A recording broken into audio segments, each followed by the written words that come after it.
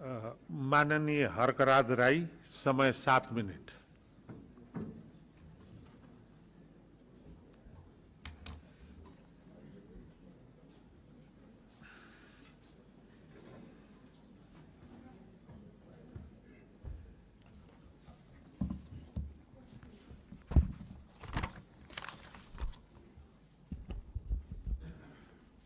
सम्माननीय सभामुख महोदय, सर्वप्रथम त म सबैजनालाई हार्दिक शुभकामना र बधाई ज्ञापन गर्न चाहन्छु। आफ्नो मनको विचार राख्नुभन्दा पनि म जनताले हामीलाई के का लागि यहाँ पठाएका छन् भन्ने बारेमा बुँदागत रूपमा जनताका मागहरू वाचन गरेर सुनाउन चाहन्छु। तर त्योभन्दा पहिला चाहिँ हामीले पक्कै पनि देश बनाउनका लागि, देश परिवर्तन गर्नका लागि भनेर आएका छौँ। सबैभन्दा पहिला आफूले आफैलाई परिवर्तन गर्नुपर्छ भन्छु म। अघिल्लो शपथ ग्रहणको दिन पनि हामी 12 मिनेट 46 सेकेन्ड ढिलो थियौँ भने आज 16 मिनेट 55 सेकेन्ड हामी ढिलो भएका छौँ। जनताले हामीलाई यसरी ढिलो गर भनेर यहाँ पठाएको हो जस्तो मलाई लाग्दैन। त्यसो भएको कारणले प्रत्येक मिनेटको महत्त्व यो सदनले बुझोस्, सरकारले बुझोस्, हामी सबैले बुझौँ। नेपाली हो, नेपाली समय हो, 2 बजीको बैठक 3 बजी जाँदा पनि हुन्छ, 4 बजी जाँदा पनि हुन्छ, जे गर्दा पनि नेपाल हो, नेपाली हो भन्ने खालको जुन भाष्य हामीले मनमा लिएर बसेका छौँ, यही सबैभन्दा मुख्य कारण हो हामीले उन्नति गर्न नसक्नुको। त्यसो भएको कारणले गर्दाखेरि सभामुख महोदय मार्फत म सम्पूर्ण सदन, सरकार सबैलाई ध्यान आकर्षण गराउन चाहन्छु। आउँदा दिनमा हामी बैठक सुरु हुनुभन्दा थोरैमा पनि 5 मिनट अगाडि उपस्थित हुनुपर्छ, म यो माग राख्न चाहन्छु। हामी विभेदको अन्त्य गर्छौँ भनेर यहाँ भनिरहेका छौँ। भर्खरै पनि पूर्ववक्ता माननीयज्यूहरूले थुप्रै कुराहरू राख्नुभयो, आफ्नो मनको कुराहरू। तर यहाँ यही सदनभित्र पनि विभेद भइरहेको छ।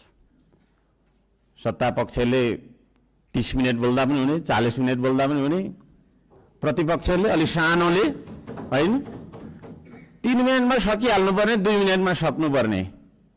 हामी पनि जनताले चुनेर पठाएका जनमत प्राप्त जनप्रतिनिधि हौँ। त्यसो भएको कारणले गर्दाखेरि हामीले आफ्ना क्षेत्रका आवश्यकताहरू, आफ्ना तपाईँका चाहिँ के अरे मागहरू राख्नका लागि प्रशस्त समय दिनुपर्दछ। त्यो खालको सदन हामीले बनाएर हामीले त्यो खालको सदन अभ्यास गर्नुपर्दछ भन्ने माग राख्न चाहन्छु। म आफ्नो मनको कथा म यहाँ गाउन चाहन्न। अब मेरो आफ्नो मन्तव्य राख्नुभन्दा पनि सरकारले कसो गर्नुपर्ने हो त? हिजो इतिहासमा हामीले के गर्यौँ, कसले के गर्यो, कुन नेताले के गर्यो, कतिको तपाईँको हामीले सङ्घर्ष गर्यौँ, के गर्यौँ भनेर भनिरहन आवश्यक छ जस्तो मलाई लाग्दैन। हामी के गरिरहेका छौँ आज र भोलि के गर्ने हो भन्नेतर्फ सरकारले आफ्नो नीति तथा कार्यक्रम बनाउँदाखेरि यस्ता कुराहरूलाई पनि समावेश गरोस् भनेर चाहिँ म यहाँ जनताको मागहरू, राष्ट्रिय स्वाधीनताको, हाम्रो सम्प्रभुताको, जनताले चाहेका कुराहरू के कस्ता छन् त भन्ने कुरा म बुँदागत रूपमा वाचन गर्न चाहन्छु। पृथ्वी रहन्जेलसम्म यो देश रहिरहनुपर्छ, हाम्रो देशको चन्द्र सूर्य अङ्कित झण्डा रहिरहनुपर्छ। त्यो मान्यता हामी राख्दछौँ, श्रम संस्कृति पार्टीले त्यो मान्यता राख्दछ।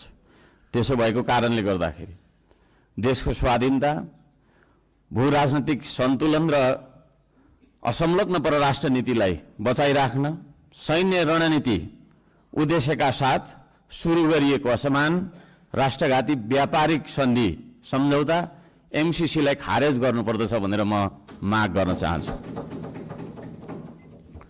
2 नम्बरमा सीमावर्ती क्षेत्रमा छिमेकी मुलुकहरूले गरिरहेको गतिविधिलाई सक्रिय रूपमा नेपाल सरकारले निगरानी राख्नुपर्दछ र संयुक्त राष्ट्रसङ्घ लगायतका निकायहरूमा गएर हाम्रो देशका 4 किल्ला कति हो त हाम्रो भूगोल भन्ने सिमाना यकिन गरेर सिमानाको रक्षार्थ नेपाली सेनालाई खटाउनु पर्दछ भन्ने म माग राख्न चाहन्छु। नेपाली जनताले यो माग राखेको कुरा म जानकारी गराउन चाहन्छु। जनताले सोझै चुन्न पाउने प्रत्यक्ष कार्यकारीको चुनाव गर्नेतर्फ सरकारको नीति तथा कार्यक्रम अगाडि बढोस्। यदि सरकारले 2/3 नजिकको सरकारले त्यो कुरा अगाडि सार्छ भने त्यसमा हामी सबैले सहयोग गर्नुपर्दछ। नम्बर 4, जेनजी आन्दोलनमा डिस्कोड चलाएर जेनजी बालबालिकाहरूलाई स्कुल ड्रेसमा आन्दोलनमा बोलाउने, शान्तिपूर्ण आन्दोलनलाई भड्काएर हिंसात्मक बनाउने, आन्दोलनमाथि अन्धधुन्ध गोली चलाएर दमन गर्ने, 23 गतेको घटना घटाउने, साथै 24 गते सिंहदरबार, संसद भवन, सर्वोच्च अदालत जस्ता सरकारी भवनहरू जलाउने कृत्य गर्ने मान्छेहरूलाई पनि तपाईँको चाहिँ के अरे कारबाहीमा ल्याउनका लागि उच्च स्तरीय छानबिन समिति आयोग गठन गर्नका लागि हामी माग गर्दछौँ। 5 नम्बर, सम्पत्ति छानबिन तथा शुद्धिकरण अभियान सुरु गर्नुपर्दछ।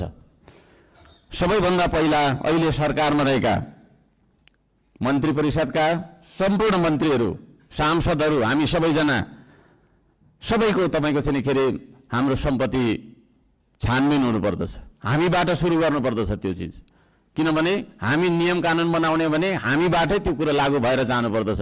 हामीले बनाएको नियम कानुनले अरूलाई मात्रै ठ्याङ्ग्रोमा कस्ने खालको व्यवहार हामीले गर्नु हुँदैन भन्ने माग राख्दछु। शिक्षालाई जीवनोपयोगी बनाउनु पर्दछ। उत्पादन, निर्माण र आविष्कारसँग जोड्नु पर्दछ शिक्षालाई। शिक्षा भन्ने बित्तिकै कथा पढ्ने विषयवस्तु होइन, त्यो भन्ने बित्तिकै उत्पादन, निर्माण र आविष्कारसँग जोडिनु पर्दछ भन्ने हाम्रो माग हो। त्यसतर्फ सरकारले ध्यान दियोस्। हप्तामा 3 दिन मात्रै थ्योरी पढ्दाखेरि हुन्छ, 4 दिन विद्यार्थीले उत्पादन, निर्माण र आविष्कारसँग जोडेर क्रियाकलापहरू गर्न सक्नुपर्दछ। त्यो खालको जीवनोपयोगी शिक्षा लागू गरिनुपर्दछ भन्ने हामी माग राख्दछौँ। 7 नम्बरमा, खेतीबारीको समस्या हल नगरी देशको आर्थिक समस्या हामीले सुल्झाउन सक्दैनौँ, आर्थिक उन्नति हुन सक्दैन।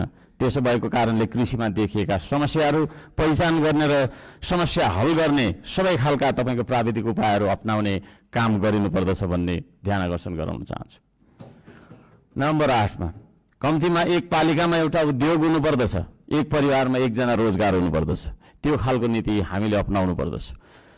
बन्द गरिएका उद्योगहरूलाई पुनः सञ्चालन गर्ने साथै नयाँ उद्योगहरूको स्थापना गर्ने नीति तथा कार्यक्रम सरकारले ल्याउनु पर्दछ भन्ने ध्यान आकर्षण गर्न चाहन्छु। 9 नम्बरमा, जनताको सेवा सुविधा, विकास र समृद्धिमा सार्वजनिक हितका लागि प्राकृतिक स्रोत साधन ढुङ्गा, गिटी, माटो, खोला, नाला, खानी, खनिज, वन जङ्गल जस्ता स्रोत साधनका सदुपयोग गर्न पाउने गरी सहज किसिमको चाहिँ नियम कानुन बनाउनु पर्दछ। कहीँ कतै हामी हुन्छ म सक्छु अब र यी सम्पूर्ण स्रोत साधनलाई परिचालन गरेर चाहिँ हाम्रो देशलाई समृद्ध बनाउनतर्फ हामीले ध्यान दिनुपर्दछ भनेर भन्न चाहन्छु।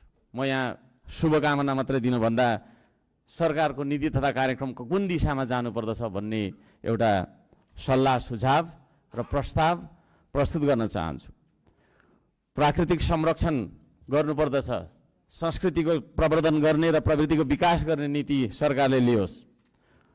सुशासनका निम्ति भ्रष्टाचार तपाईँको चाहिँ अन्त्य गर्ने, निष्पक्ष, मितव्ययी, पारदर्शी, जवाफदेही, दूरदर्शी, परिपक्व र दीर्घकालीन कामहरू गर्नेतर्फ सरकार अगाडि बढ्नुपर्दछ। देशभरि शान्ति सुव्यवस्था कायम गर्नका लागि आवश्यक उपायहरू अपनाउन जरुरी छ। खाने पानी, स्वास्थ्य, शिक्षा, सडक, बिजुली बत्ती जस्ता आधारभूत आवश्यकताहरू परिपूर्ति गर्नतर्फ हाम्रो ध्यान जानुपर्दछ। राम्रोसँग अध्ययन नगरी हतार सरकारले ल्याएका कार्यक्रमहरू लागू गर्नु हुँदैन। कुनै निर्णय गर्नु अघि तपाईँको प्रतिपक्षी दलहरूसँग सल्लाह गरेर सबै पक्षको उचित सल्लाह लिएर चाहिँ सरकार अघि बढे। निर्णय गर्दै पछि हट्नुपर्ने नियतिबाट होइन सरकार बच्न सक्दछ। अहिले भर्खरै वृद्ध भत्ता, विद्यार्थी सङ्गठन, ब्रिज कोर्स जस्ता सम्बन्धमा निर्णयहरू जुन गरिएको छ यसलाई पुनर्विचार गरियोस् भन्न म चाहन्छु।